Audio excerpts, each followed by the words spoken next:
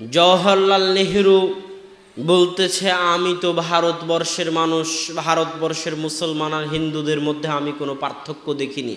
কেন, কি পার্থক্য দেখেননি আপনি? আশ্চর্য কথা বলেন। বলে, ভারতবর্ষের মুসলমানদের আর হিন্দুদের মধ্যে আমি এতটুকু পার্থক্য দেখেছি যে হিন্দুরা মাটির উপর মূর্তি বানিয়ে পূজা করে, আর মুসলমানেরা আজমির শরীফে গিয়ে মাটির নিচে শুয়ে থাকা বাবার পূজা করে।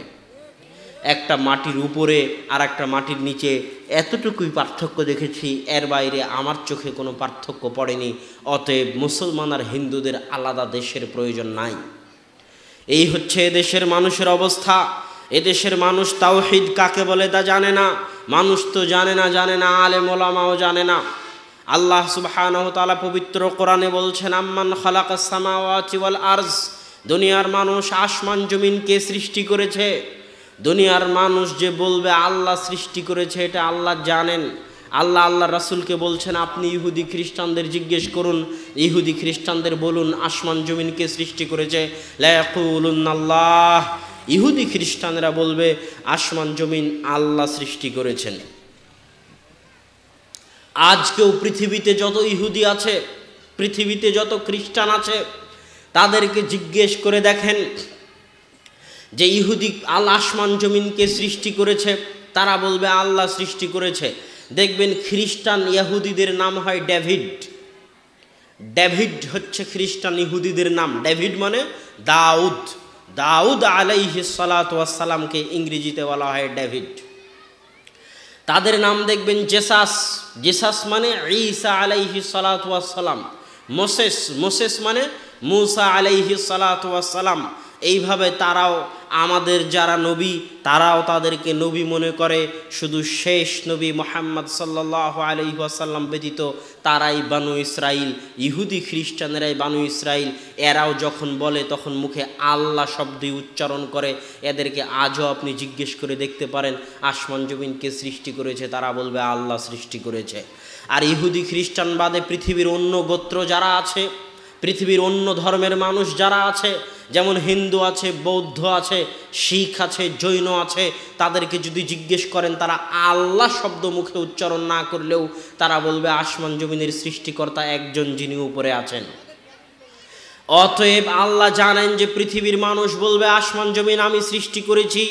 আল্লাহ সুবহানাহু ওয়া তাআলা পৃথিবীর মানুষকে জিজ্ঞেস করে বলছেন যে আসমান জমিন আমি সৃষ্টি করেছি, ঠিক আছে। তোমাদের নিকটে পরের জিজ্ঞাসা হচ্ছে, আসমান থেকে কে বৃষ্টি বর্ষণ করে? দুনিয়ার মানুষ বলবে আল্লাহ বৃষ্টি বর্ষণ করে। আল্লাহ বলছেন, তারপরের জিজ্ঞাসা হচ্ছে, ওই বৃষ্টির কারণে জমিন থেকে ফল ফলাদি কে উৎপন্ন করে? আল্লাহ জানেন। দুনিয়ার মানুষ বলবে আল্লাহ উৎপন্ন করেন। তারপরে আল্লাহ চ্যালেঞ্জ দিয়ে বলছেন, ওমা কানা লাকুম আন তুমবিতু শাজারাহা, দুনিয়ার মানুষ জেনে রাখো, তোমরা তো বলছোই আমি ফল ফলাদি উৎপন্ন করি, তারপরও আমি একটা চ্যালেঞ্জ দিয়ে রাখি তোমাদেরকে, সেটা হচ্ছে তোমরা সারা পৃথিবীর সব মানুষ, সব বিজ্ঞানী, সব ইঞ্জিনিয়ার, সব কৃষক, সব কৃষিবিদ একত্রিত হয়ে সার, কীটনাশক, নিড়ানি, বেড়া, যাবতীয় বিষ সব কিছু প্রয়োগ করার পরেও আমি আল্লাহ যদি একটি বীজ দানা থেকে গাছ উৎপন্ন না করি, তো সারা পৃথিবীর মানুষ সকল প্রকার চেষ্টা করার পরেও বীজ দানা থেকে গাছ উৎপন্ন করতে পারবে না। এটা আল্লাহর চ্যালেঞ্জ। এতগুলো কথা বলার পর আল্লাহ বলছেন, আইলাহুম্মা আল্লাহ। দুনিয়ার মানুষ যখন বললে আল্লাহ আসমান জমিনের সৃষ্টিকর্তা, দুনিয়ার মানুষ যখন স্বীকৃতি দিলে আল্লাহ বৃষ্টি বর্ষণ করে, দুনিয়ার মানুষ যখন স্বীকৃতি দিলে আল্লাহ ফসল ফল ফলাদি উৎপাদন করে, তাহলে আমি আল্লাহ তোমাদের নিকটে একটা প্রশ্ন রেখে যাচ্ছি। পবিত্র কোরআনের আয়াত এভাবেই, আমি আল্লাহ তোমাদের নিকটে একটা প্রশ্ন রেখে যাচ্ছি।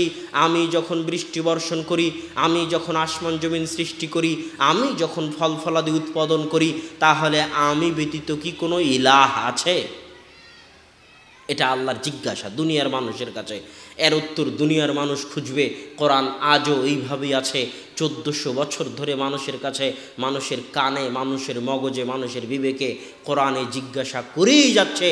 কিয়ামত পর্যন্ত কোরআনে জিজ্ঞাসা করেই যাবে। তারপরের আয়াতে আল্লাহ বলছেন, দুনিয়ার মানুষ পৃথিবীকে শূন্যে, আম্মাং জাআলাল আরদা কারারা, পৃথিবীকে শূন্যে কে স্থির করেছে? রশি নাই, দড়ি নাই, খোঁটা দেওয়া নাই, ঠেকা দেওয়া নাই, কিচ্ছু দেওয়া নাই, পিলার নাই, ভিত নাই, এমনি শূন্যের উপর এই কোটি কোটি মন ওজনের পৃথিবী হাওয়ার উপর ভেসে আছে। এইভাবে হাওয়ার উপর, শূন্যের উপর এই পৃথিবীকে স্থির কে করে রেখেছে? আল্লাহ জানেন। দুনিয়ার মানুষ বলবে আল্লাহ রেখেছে। আল্লাহ বলছেন দুনিয়ার মানুষ। তারপরের প্রশ্ন, হাওয়ার উপর পৃথিবী রেখেছি, পৃথিবী কাঁপতে পারে, নড়তে পারে। পৃথিবীর ওজনের ভারসাম্য রক্ষা করার জন্য পৃথিবীর মধ্যে পেরেক স্বরূপ কোটি কোটি মন ওজনের পাহাড় বসিয়ে দিয়েছি। হিমালয়ের মতো কোটি কোটি মন ওজনের পাহাড় বসিয়ে দিয়েছি, যাতে পৃথিবী অত নড়াচড়া না করে, অত হেলে দুলে না ওঠে। পৃথিবীকে স্থির রাখার জন্য পৃথিবীর মধ্যে এই পাহাড় কে পুঁতে দিয়েছে? আল্লাহ জানেন। দুনিয়ার মানুষ বলবে আল্লাহ দিয়েছে। আল্লাহ বলছেন দুনিয়ার মানুষ, আম্মাং জাআলাল আরদা, কে পৃথিবীর বুক চিরে, পৃথিবীর বুক ফেটে বুক চিরে লাখো কোটি নদী, লাখো কোটি নালা কে প্রবাহিত করেছে? পাহাড়ের ঝর্ণাধারা থেকে নদী উৎপন্ন হয়ে ছুটে চলেছে সাগরের দিকে। এই হাজারো লাখো কোটি নদী পৃথিবীর বুকে কে প্রবাহিত করেছে? এক নদীর পানির সাথে আর এক নদীর পানি মিলে না, এক সমুদ্রের পানির সাথে আর এক সমুদ্রের পানি মিলে না। এই আর কে সৃষ্টি করেছে? আল্লাহ জানেন। দুনিয়ার মানুষ বলবে আল্লাহই করেছে। এবার আল্লাহর শেষ জিজ্ঞাসা, দুনিয়ার মানুষ, যখন তোমরা স্বীকৃতি দিচ্ছ পৃথিবীকে আমি শূন্যে দাঁড়িয়ে রেখেছি, যখন তোমরা স্বীকৃতি দিচ্ছ পাহাড় আমি স্থাপন করেছি, যখন তোমরা স্বীকৃতি দিচ্ছ নদী নালা আমি প্রবাহিত করেছি, যখন তোমরা স্বীকৃতি দিচ্ছ এক নদীর পানির সাথে আর এক নদীর পানি, এক সমুদ্রের পানির সাথে আর এক সমুদ্রের পানি মিলতে আমি না দিচ্ছি, তখন তোমাদের বিবেকের কাছে আমার একটা প্রশ্ন, আমি ব্যতীত কি কোনো ইলাহ থাকতে পারে? এই পরপর দুই আয়াতে আল্লাহ সুবহানাহু ওয়া তাআলা দুনিয়ার মানুষকে কি বুঝাতে চাইলেন? পরপর দুই আয়াতে আল্লাহ আপনাকে বুঝাতে চাচ্ছেন। কোরআন কিন্তু মুহাম্মদ সাল্লাল্লাহু আলাইহি ওয়াসাল্লামের উপর, শুধু মুহাম্মদ সাল্লাল্লাহু আলাইহি ওয়াসাল্লামের উপর অবতীর্ণ হয়েছে এমন নয়।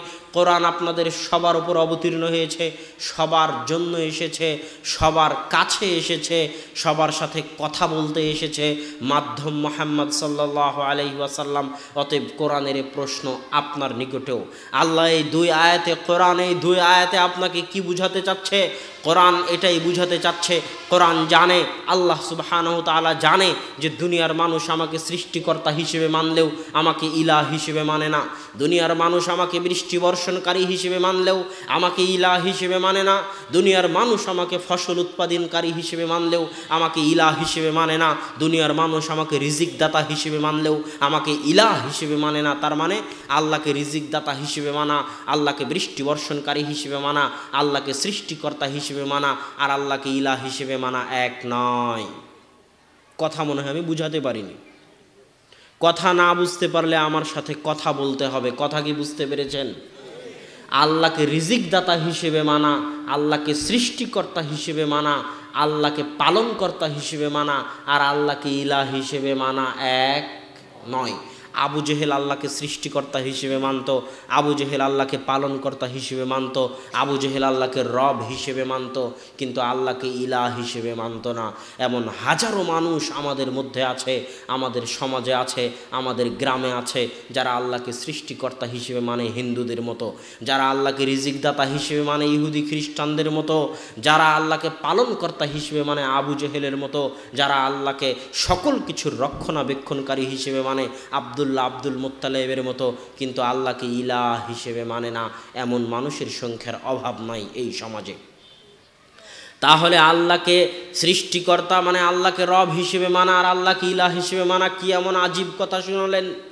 এটা আবার কি ধরনের কথা? আল্লাহকে রব হিসেবে মানা আর আল্লাহকে ইলাহ হিসেবে মানা এক নয়। আল্লাহ সুবহানাহু ওয়া তাআলা কোরআনে বলছেন, আলহামদুলিল্লাহি রাব্বিল আলামিন, প্রশংসা পৃথিবীর প্রতিপালকের। এই জগৎ ওই জগৎ উভয় জগতের প্রতিপালকের প্রশংসা। আল্লাহ বলেছেন রব্বুল আলামিন, মানে আসমান জমিন এবং আসমান জমিনের মাঝে যা কিছু আছে, এই কাল ওই কাল এবং এই কাল ওই কালের মাঝে যা কিছু আছে, সবার পালনকর্তা আল্লাহ।